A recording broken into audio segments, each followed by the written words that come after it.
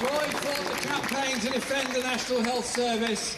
Joy, as the MP, will be one to protect, defend and extend our National Health Service.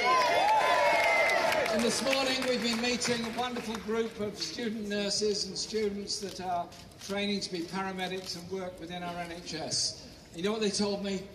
They're proud to be in the NHS. They're proud to be health workers. They're proud to put something back to the rest of the community.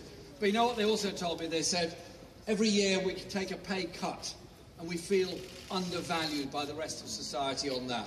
So I make it very clear here today, a Labour government will lift the pay cap on our NHS workers.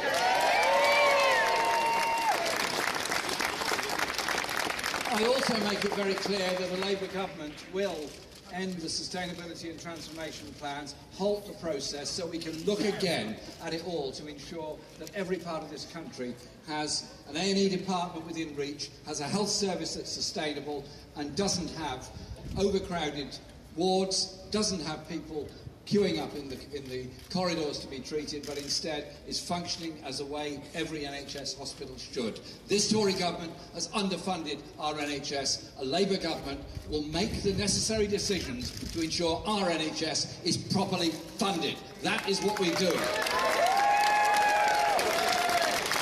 there are other aspects of the National Health Service that have to be looked at as well. There are 1 million people in this country who are waiting to get social care that they need. They can't get it because the local authorities have been cut so much. And the NHS crisis then feeds back into social care. We will make sure there is proper integration of those services, but again, proper funding of it. This is crucial to the makeup of our society.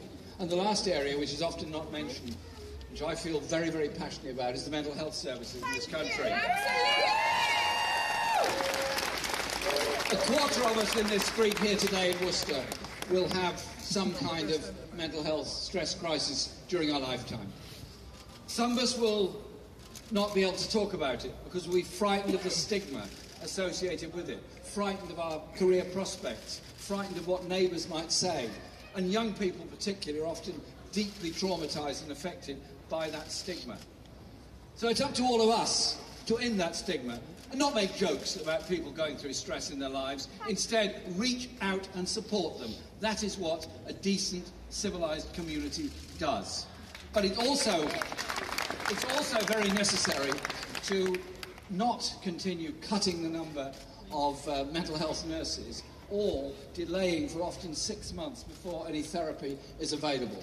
And so I've shown that we're determined on this by appointing a member of my shadow cabinet solely there to speak about mental health and social care. I think it's that important that we do that.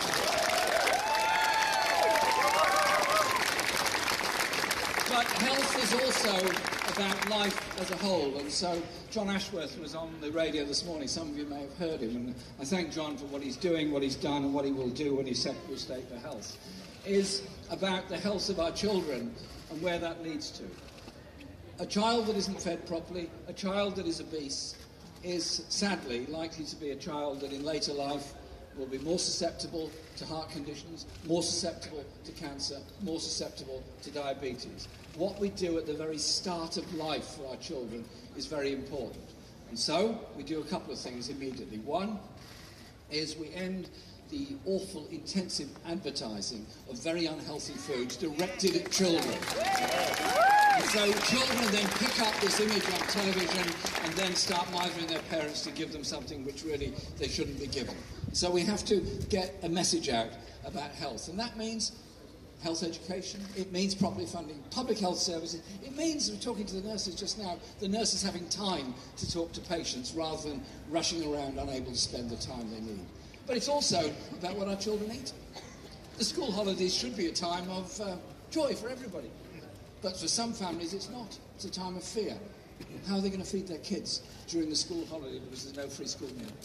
Well, we deal with that in a number of ways. One is, of course, improving conditions and wages, but it's also about school meals for all of our children. So I'm very proud of the Labour pledge that every child in every primary school will get a free school meal every day they're in school, because that way all of our children are properly fed all of our children are properly fed, but also they're doing something together. And that is very important. We want to break down barriers, we want instead to bring people together.